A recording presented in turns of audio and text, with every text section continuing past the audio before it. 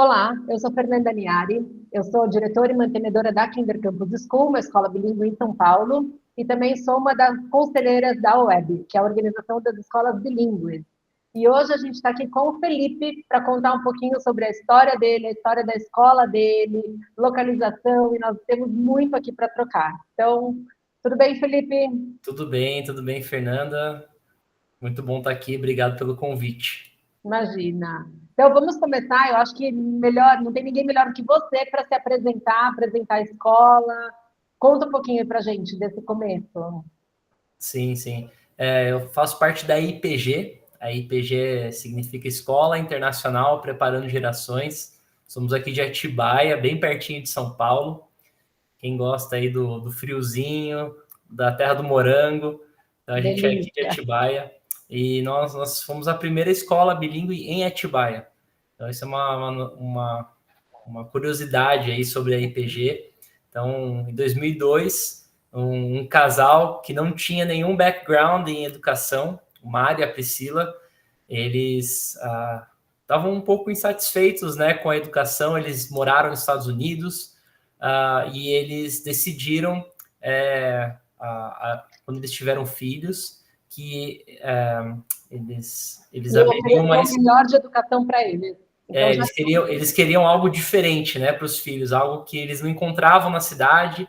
Então, eles estavam em Atibaia, uma cidade pequena, né, na época. Atibaia tem crescido bastante. Então, em 2002, eles abriram mão dos seus empregos, aí foram uma jornada bem maluca de abrir a IPG. Então, em 2002, quando a IPG foi aberta, né, ela tinha 60 alunos e 40 bolsistas. A gente brinca que foi um ato assim de fé mesmo, total, né? E depois disso, né, foi crescendo a escola. Hoje a gente já está com 700 alunos, né?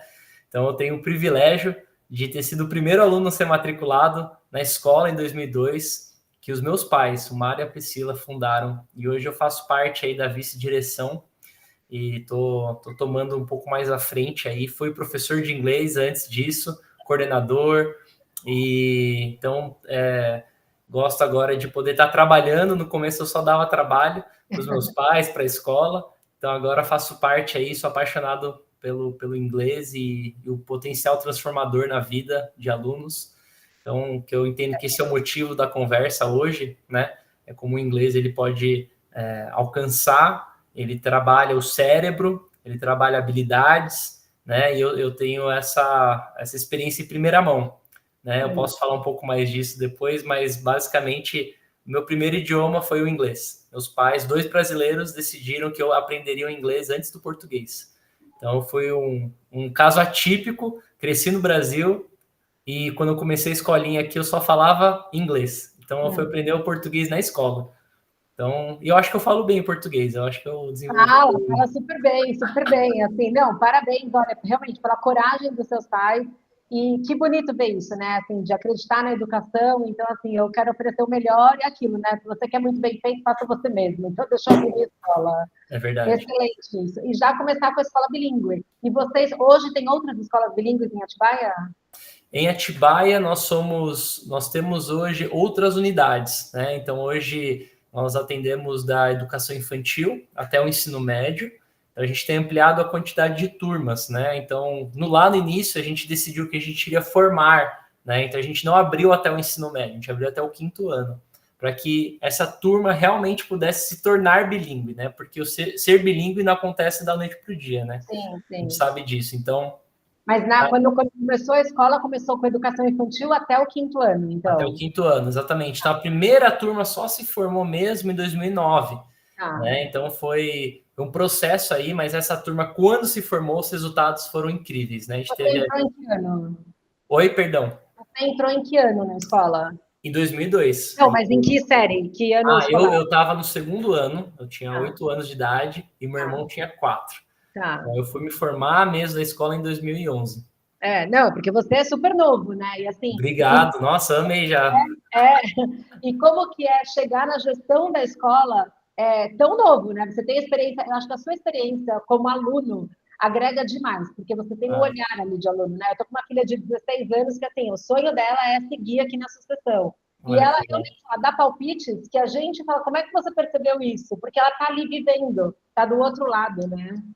Então, isso é muito, muito bom. Com certeza, a minha experiência de aluno tem sido muito boa em muitos sentidos, porque isso foi, inclusive, um dos motivos que eu quis entrar na sala de aula. Na verdade, logo depois que eu me formei, em 2011, da IPG, eu fiz faculdade nos Estados Unidos, eu estudei International Business, lá em Oklahoma, e eu não tinha planos de voltar, não tinha planos, na verdade, de estar na escola. Então, isso, na verdade, foi uma grande surpresa. A gente brinca aqui, né, com os meus pais, que é uma grande surpresa eu estar aqui hoje na função onde eu estou, porque eram os últimos lugares que eu imaginaria que eu estaria de volta em Atibaia, na IPG, mas eu tô muito feliz que, na verdade, foi um processo de enxergar as oportunidades, né? Eu sempre amei estar com pessoas, sempre amei ajudar pessoas, e eu, logo depois de me formar, né, fui muito ambicioso em já querer ser o milionário e já querer ganhar um dinheiro lá nos Estados Unidos, o American Dream, né? E eu descobri que aquilo não me deixava satisfeito, né? Então, quando eu voltei para o Brasil em 2018, eu fui trabalhar lá na escola, na parte de marketing, e aí eu vi a oportunidade. Eu falei, eu sei falar inglês, né? E tem tanta gente querendo aprender, tanta gente querendo se desenvolver. Eu comecei a ensinar. E aí surgiu uma vaga, uma professora que estava saindo, eu já tinha começado minha segunda faculdade de letras, e aí eu entrei de cabeça e eu brinco que eu aprendi a dar aula dando aula. Essa é a melhor forma, né? É o melhor jeito, com certeza. É assim, né? A gente tem que seguir algumas regras aí da legislação, né? Então, entrar como estagiário, tem que esperar se formar para assumir. Mas olha, quantos estagiários que já estão prontos até para assumir, porque vem com o dom. E o dom a gente não ensina, né? Então, essa habilidade, assim, é aprender fazendo mesmo. Mas sensacional. E me conta sobre a proposta bilíngue de vocês na escola. Então, qual é a carga horária do inglês? Como é que vocês trabalham com o inglês dentro da escola? Boa. Bom, a gente começa no infantil, né? Que é o tempo que as crianças estão mais ali absorvendo, né? Realmente a língua. Então, a gente começa com uma carga horária bem alta, de 7 aulas, né? Por semana. Então, basicamente, quase que igual ali a quantidade de aulas que eles têm em português, né? Então, eles já têm em inglês também. E nosso grande desafio, né? É já inserir as crianças nesse ambiente bilíngue, né? Como eu falei, assim, foi assim que eu aprendi. Eu não posso dizer, eu não sei que dia que eu comecei a falar inglês, porque foi desde sempre, né? Desde sempre. E é isso que a gente traz para os nossos alunos, o nosso grande desafio, que é aula 100% inglês, né? Então, criar esse ambiente totalmente imersivo, tanto professores, monitores... Na educação infantil, então, você está falando que tem mais ou menos 50% de português e inglês, mais ou menos. Exato, ele é bem dividido, né? E a professora é a mesma? Ela transita nos idiomas? Como é que você faz? Não, a gente tem uma professora da parte português e outra de inglês, né? Então, eles acabam tendo contato e é legal, assim, que até sempre que eu tô lá, né, eles falam assim, tio, você só fala inglês, né? E eu falo porque eu entendo que isso, dessa maneira, né, que eles vão começar a assimilar. Eles entendem que tal pessoa é a pessoa do inglês, né? Exatamente. E eles começam a assimilar isso. Então, a gente começa bem forte, a gente vai reduzindo no regular e a gente tem aqui o que a gente chama de contraturno, né? Para quem estuda de manhã, pode fazer à tarde, quem estuda à tarde faz de manhã, e a gente amplia a carga horária no contraturno. Então, nos anos iniciais, do primeiro ao quinto, a gente tem 5 aulas, uma por dia, mais uma de spelling. A gente começa a trabalhar no primeiro ao quinto um spelling preparation, e preparando eles realmente para fazer o Spelling Bee. A gente tem a competição aqui dentro, interna. Nossa, eu entreguei a premiação ontem do Spelling Bee aqui da escola. Então, para quem não sabe, até que estiver assistindo aqui a gente, né, o Spelling Bee é uma competição de soletrando. É uma competição que as crianças aí, elas têm algumas listas, né, até para treinar, para estudar, mas aí acontece a competição com palavras aleatórias, que são sorteadas ali na hora, e vão soletrando. Quem erra vai sendo excluído, até que fica quem conseguiu soletrar mais palavras. E claro, tem o grau de dificuldade conforme as idades deles, né? E a gente vê o quanto que traz muito aprendizado, né? Porque a frustração é muito evidente ali, né? Às vezes uma palavra difícil e por uma letra, eles erraram e aí ficam extremamente decepcionados e a gente tem a chance de falar assim, o quanto que eles estão aprendendo, né? Com a vida, né? Porque no nosso trabalho a gente tem frustração, né? Sim, E, na vida a gente recebe muito mais nãos do que sims, né? Então tem que saber lidar com a frustração, porque com certeza todo mundo vai passar por ela.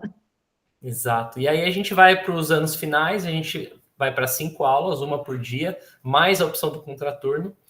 E no high school, né, já que a gente tem um foco em preparar o aluno para a universidade, a gente entende que o aluno que já está com a gente desde o Nursery One, né, que a gente chama o Nursery aqui dos 2 anos de idade, quando ele chega no 9º ano, ele já é fluente, né? Sim. Ele já está ali tranquilamente, né, se comunicando. Então, a gente entende que não precisa de uma carga horária tão grande, né, no ensino médio. Então, a gente vai diminuindo para 3. Mas o que a gente faz também a gente vai dando oportunidades para os alunos se desenvolverem na parte do contraturno no inglês. Então, no ensino médio, a gente tem um programa de dupla diplomação aqui na escola, que os alunos podem, a partir do 9º ano, ao mesmo tempo, né, fazer o high school, aulas de high school americano na parte da tarde e terminar o ensino médio com o diploma brasileiro e o americano. Então, a gente oferece oportunidades. Temos aí uma aluna agora que está se formando nesse programa, né? Nossa primeira turma de formandos desse programa, e ela fez a prova do SAT, né? Uma prova aí de aprovação nos Estados Unidos, né? Quase que o Enem americano. E de 1.600 pontos ela tirou 1.430. Aluna brasileira, nunca morou fora, aprendeu todo o inglês dela aqui na escola. Excelente aluna, muito dedicada. E é um orgulho para a gente, né? Ver que realmente funciona. E como é que é para a sociedade aí, para a comunidade de vocês? Assim, aceitar a escola bilíngue é tranquilo? Ou vocês têm que explicar para os pais em toda visita o que é uma escola bilíngue? Ainda tem aquele conceito de que eu acho que vai atrapalhar, não vai aprender, vai misturar tudo. Como que é isso? Com certeza são os mitos, né? Os mitos do bilinguismo, né? A gente tá sempre pronto. Eu acho que na educação infantil essa é uma grande preocupação, né? Como que isso vai atrapalhar meu filho? E eu tenho uma filha agora de 1 ano e meio e eu só falo inglês com ela. E é muito interessante, né? Porque, de fato, há uma expressão tardia da fala, né? Quando a criança está no ambiente bilíngue. Porém, quando destrava, né? Quando destrava, vai nos dois, né? Vai nos 2 idiomas. Eu acho que não é uma regra essa falar um pouco depois, assim, depende. Tem criança que começa a falar até muito rápido ali e misturar. O que acontece muito que assim, isso é regra, vai. No começo, a criança ela acaba, quando ela tem contato com os 2 idiomas, ela vai misturar. Então é muito comum ela formar frases do tipo: a minha teacher me deu juice no snack, eu quero ir brincar com o toy, com o meu friend, e assim vai indo. E aí os pais enlouquecem, porque não vai aprender, não vai conseguir falar nada, tal. Mas fala, porque conforme vai ampliando esse vocabulário, vai aprendendo aonde usar cada idioma. E aí vem a frustração dos pais que não usam o inglês em casa, quando a criança misturava muito e ela para de falar inglês em casa, porque ela entende que em casa é só em português, e ela já tem vocabulário suficiente, né? Então, os pais falam, agora parou de falar inglês, tal. Não é. É que ela está falando inglês onde ela sente necessidade, que é o ambiente real do inglês. E ela não é uma criança que vai ficar exibindo o inglês ali, né, para os pais. É verdade, é verdade. Então, a gente vê que hoje, eu acho que as pessoas têm essa preocupação, geralmente, nas idades menores, e nos mais velhos a gente vê que, e eu sou da seguinte crença, que qualquer um pode ser bilíngue. Acredito muito assim no potencial mesmo, no desenvolvimento do próprio cérebro. Eu acho que a maior dificuldade para quem é mais velho é o tempo, né? É dedicar o tempo, porque a rotina, né, de quem é mais velho é louca, né? Tem filho, tem trabalho e não consegue muitas vezes dedicar o tempo necessário para se expor ao idioma. Mas a gente também sabe que quem aprende o segundo idioma, né, aprende o terceiro, quarto, quinto muito mais rápido também. Vocês têm o terceiro idioma na escola?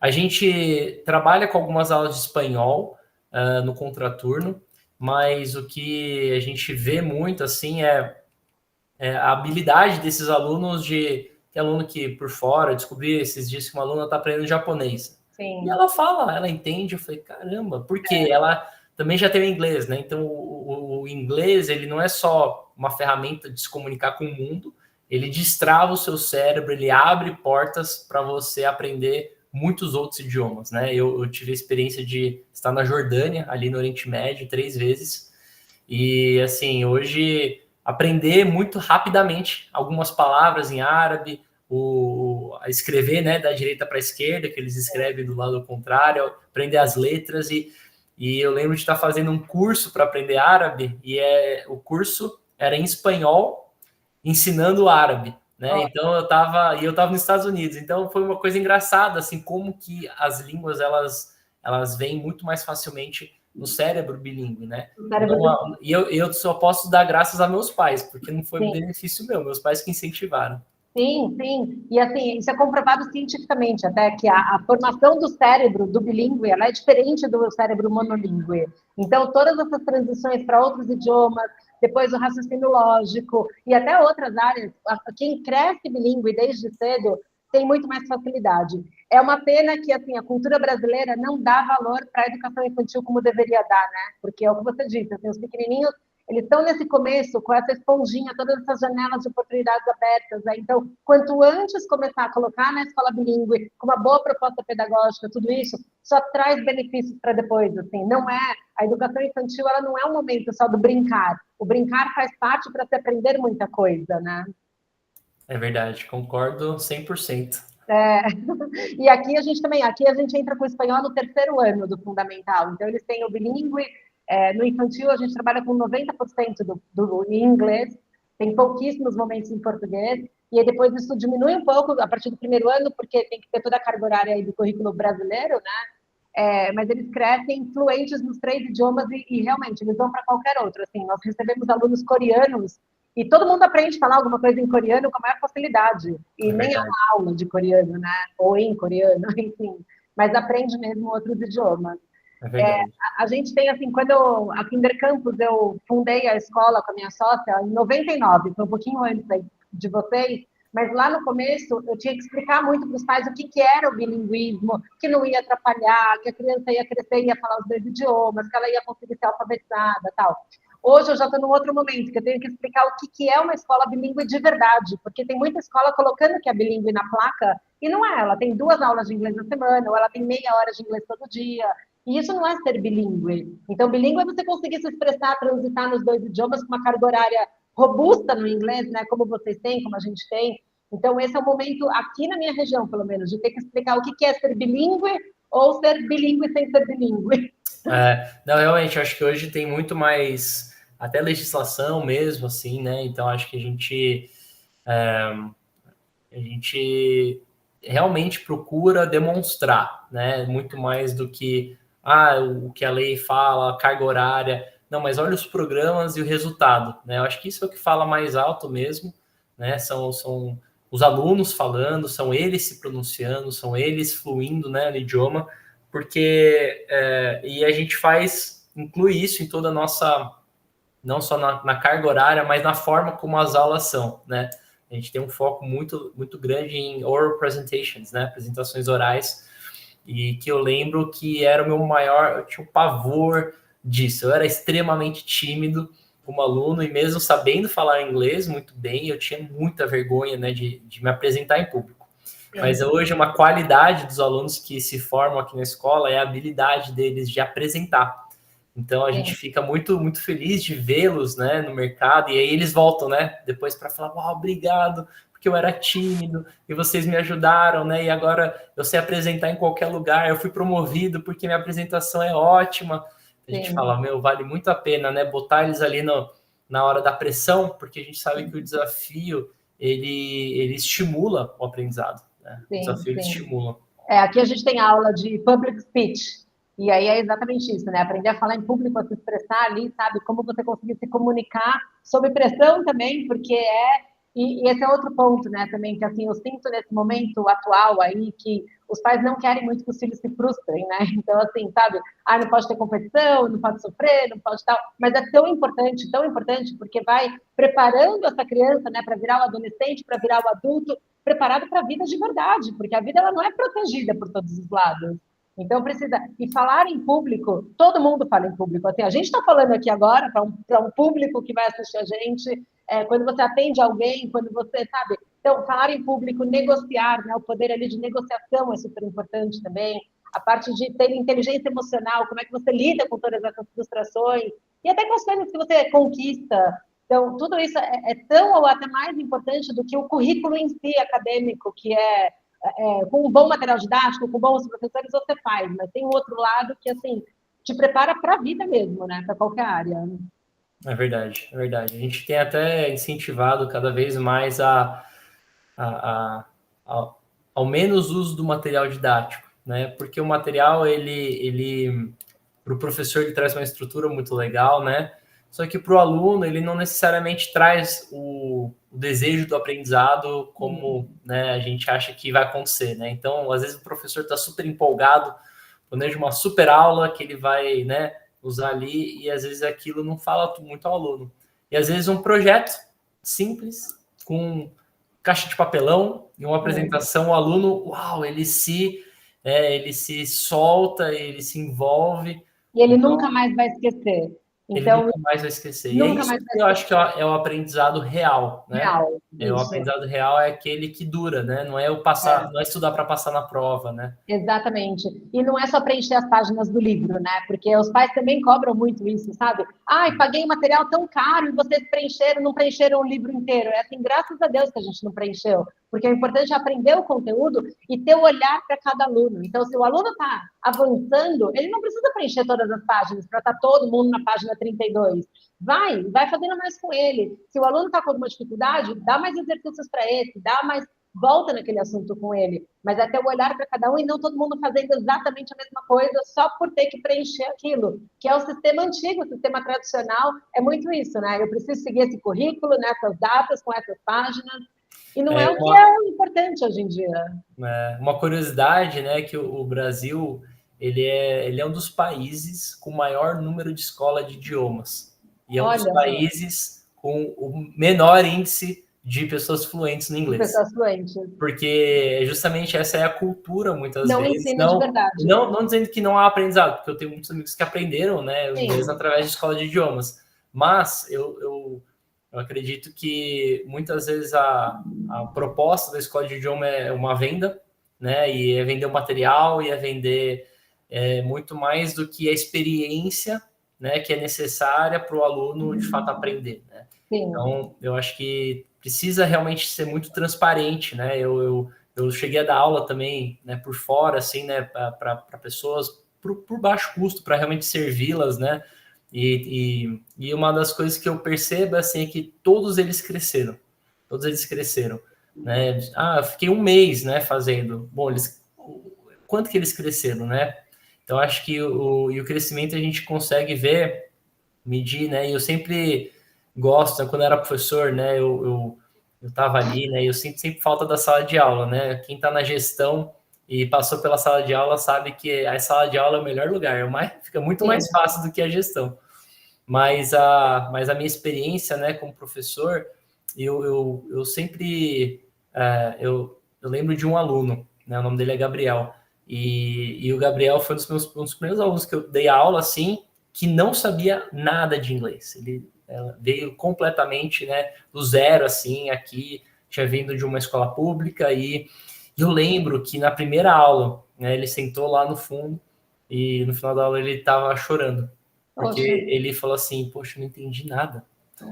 Aí eu virei em português para ele, né? Esse é o único momento que eu falo em português com os alunos. Eu falei, Gabriel, você vai aprender. Não, eu perguntei, Gabriel, você quer aprender? Ele falou, eu quero muito. Eu falei, então você vai aprender.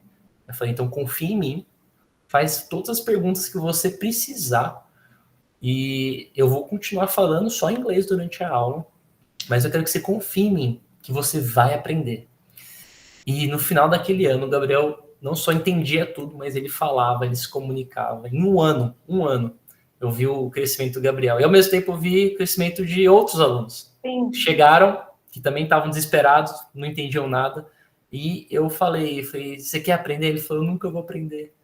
E esse aluno demorou muito mais tempo do que o Gabriel. Né? Porque o Gabriel, ele entendeu o processo, ele confiou no processo. A gente fala muitas vezes para os pais assim, pais, vocês querem que seu filho aprenda? Confia no processo. Confia e passa essa confiança para o seu filho, né? Porque é o que você está dizendo, sabe? O aluno que ele traz essa vontade, essa confiança, dá certo. fazendo até um paralelo, né? Eu estava conversando com um médico sobre pessoas com câncer até, e ele falou assim, eu sei quando a pessoa vai se curar, é quando ela chega aqui no meu consultório otimista, falando, sabe, eu tô com isso, eu tô com câncer, com esse desafio, e quero passar por ele, me ajuda. Então, a chance de dar certo é muito maior do que quando a pessoa chega com muito medo. Eu tô com medo, eu vou morrer, tal, já todo aquele pensamento negativo. E a mesma coisa para o aprendizado, né? Você acreditar nesse processo e você ter toda essa vontade aí de aprender e seguir. E assim, todo mundo tá. É possível todo mundo aprender. Então não tem, sabe, mas tem um desafio, meu filho não sei se vai conseguir. Confia, confia, porque se você, sabe, todo mundo é capaz de surpreender muito. Então tem que ir em frente, tem que fazer isso, e a gente faz a nossa parte aí enquanto educadores, né? É isso aí, acreditar, né? Um outro ponto até que você colocou, né, a questão de você só falar inglês, né, então ter essa referência com o inglês. A gente aqui também, né, os professores bilíngues, eles só falam inglês com os alunos, e tem alguns que os alunos realmente nunca ouviram eles falarem português. Tem aí um especial, né, que nunca ouviram ele falar em português. E aí uma aluna do 8º ano, foi o ano passado isso, 9º ano, ela desmaiou na sala. E quando ela desmaiou, o professor se assustou, e aí ele falou, chama alguém para ajudar. Os alunos olharam para ele, você fala português? E ele, a menina está desmaiada. Tipo, era para olhar para a aluna, e os alunos ficaram mais chocados com ele ter falado em português do que com a aluna que tinha desmaiado, porque nunca tinham ouvido ele falar português. Uau. Então, essa referência e te força a falar o idioma. Porque é verdade, assim, se você sabe que a pessoa fala português e você está falando inglês, é mais cômodo, de repente, é sua língua nativa. Então, não te faz tanto aquilo. Tanto que é situação real. Quando a gente vai viajar, a gente se vira e volta falando, nossa, eu não sabia que eu sabia tanto, né? Então, é colocar os alunos à prova nesse sentido, assim, de falar só em inglês com eles para cobrar esse inglês deles também o tempo todo, dar essa oportunidade deles falarem em inglês, né? É verdade, é verdade. Muito legal. A gente precisa de mais professores assim. É, com certeza. E vamos falar então sobre a formação de professores. Como é que é isso aí para vocês? É até para captação, né? Recrutamento de pessoal, porque é uma cidade menor, né? Eu estou em São Paulo, então assim, se aqui já é difícil achar mão de obra qualificada, eu imagino para vocês. Eu confesso que tem um dos pontos, né, que a gente acaba ganhando aqui de Atibaia são com os bons professores que querem sair de São Paulo, né? E eles estão procurando muitas vezes um outro ritmo de vida, né? E então eu lembro de uma professora, né, que está conosco agora no ensino médio e ela no primeiro ano ela fez um processo seletivo, morava em São Paulo, queria vir para cá por conta da escola, né? E tinha familiares aqui e não deu certo. No ano seguinte ela me ligou e ela falou: você não vai me contratar? Porque eu quero muito ir para Atibaia, eu quero muito, né? E aí a gente conseguiu, né, uma proposta boa para ela. Mas eu vejo que assim a gente tem sim o desafio de formar os professores, né? Não só contratar pronto. Eu acho que não existe professor pronto, né? A gente tem pessoas aqui. Uma das fontes que já nos abasteceu algumas vezes aqui foram inclusive de ex-alunos. Ex-alunos, a gente Então, também tem. a gente fica muito feliz porque isso significa que a gente já sabe a procedência, né? A gente já Não, e sabe. mais ainda, né? Além de ter aprendido um inglês de qualidade, porque nós que preparamos, né, é a paixão que ele realmente teve pela escola, porque é querer continuar dentro daquela escola, daquela área, sabe? Então, assim, também é tão difícil as pessoas irem para a área da educação e querer trabalhar na escola onde você estudou, porque eu escuto de algumas pessoas, nossa, eu amo a educação, mas eu não trabalharia onde eu estudei, porque, assim, vai contra os meus princípios, que, né, pode acontecer. Então, principalmente pessoas mais velhas, né, assim, que estudaram no sistema lá antigo, e assim, se aquela escola ainda tivesse aberta daquele jeito, eu não trabalharia lá, porque não é o que eu acredito pela educação, né? Então, acho que hoje esse posicionamento nosso, né? Nós somos também uma escola cristã, então esse é um outro pilar muito importante para nós, né? E eu acredito que isso faz também com que quanto mais a gente se posiciona, mais a gente atrai as pessoas que também querem esse posicionamento, né?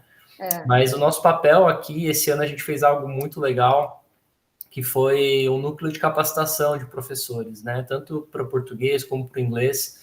E o que nós fizemos a gente fez uma avaliação com os professores, né? Um proficiency test, né? Avaliar o nível deles de cada um no inglês. E a gente separou por habilidades, né? Então a gente viu todos os que estavam no B2 de writing ou C1 de speaking, né? E a gente colocou e com a coordenação, com algumas pessoas-chave, né? Eu fui um que, por exemplo, eu dei uma aula para os professores que estavam no C1 de Writing para ir para o C2, né? Para desenvolver, para eles avançarem. Então, ou seja, eram avançados na escrita, e o meu desafio, e a escrita geralmente eu não sei você, Fernanda, é a maior dificuldade. É a maior dificuldade, né? Que a gente percebe a escrita do brasileiro, quanto mais do inglês, né? É porque a sua produção é muito quantitativa, né? Falar, até em português, a gente esquece uma palavra, você dá um jeito e coloca outra ali no meio e tal. Mas a escrita, ela cobra muito ali da gramática, do spelling. De uma letra errada na escrita, você não percebe uma letra errada na fala, né? Na oralidade. Né? É verdade. E aí a gente tem feito essa forma de capacitar mais, e foi uma experiência muito legal, né? Até para mim, assim, para eu estar mais próximo dos professores, né? Treinando eles e para eles verem, né? O quanto que eles podem se desenvolver. Eu acho que quando o aluno ele entende que o professor dele ele está também aprendendo, ele está se capacitando, isso muda muito, né? Porque a gente vê que tem professores hoje que estão estagnados, né? Eles já têm aquela aula daquele jeito, e aí os alunos já vão mudando, a tecnologia vai chegando, e esse professor ele vai ficando para trás. Né? E a gente quer sempre estimular os professores a aprenderem mais. Né? Isso. Então, isso dentro da escola, para nós, tem sido uma prioridade. Né? A escola, né, assim, a gente acredita muito na educação, no aprendizado. E todo mundo tem que aprender e continuar aprendendo sempre. Não dá para chegar um momento que você falar, já aprendi tudo. Então, tem que estar o tempo todo, sabe, estudando, buscando, se aperfeiçoando e trocando. Eu acho que isso é uma das principais, assim, premissas até, né, de quem trabalha com a educação, deveria ter isso em mente, que também não é todo mundo que tem, porque às vezes enxerga outra escola como só o concorrente. Mas não é, a gente cresce muito todo mundo junto, né? A formação da OEB até começou lá em 2000 também, um pouquinho antes de vocês começarem, foi de reunir as escolas bilíngues daquela época e trocar experiências. E são experiências desde processo seletivo, de fornecedor do piso, sabe, troca de o que você fez quando teve essa situação com o aluno, com o pai e tal. É tudo, trocar tudo o tempo todo, tem espaço para todo mundo, né? E a troca ela é muito importante. Não dá para guardar esse conhecimento e essa experiência. Então, trocar sempre e estar sempre crescendo aí no aprendizado. É verdade. É uma iniciativa muito importante mesmo, né? Porque, igual esse professor aí que você comentou, né? Que não falava, que os alunos nem sabiam, né? Já é algo que já estou pensando em falar isso para os meus professores, né?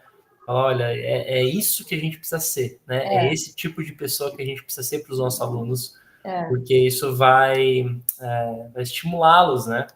E olha, é possível, tá? Esse professor, assim, ele fala inglês com todo mundo. Então, tendo alunos por perto, tá? É claro que, assim, por exemplo, ele já me mandou um áudio em português. Meus filhos são alunos aqui da escola, né? E aí meus filhos ouviram, não sei o que, ele fala português, eu vou. Eu falei, vocês não podem, você não pode vazar de jeito nenhum, né?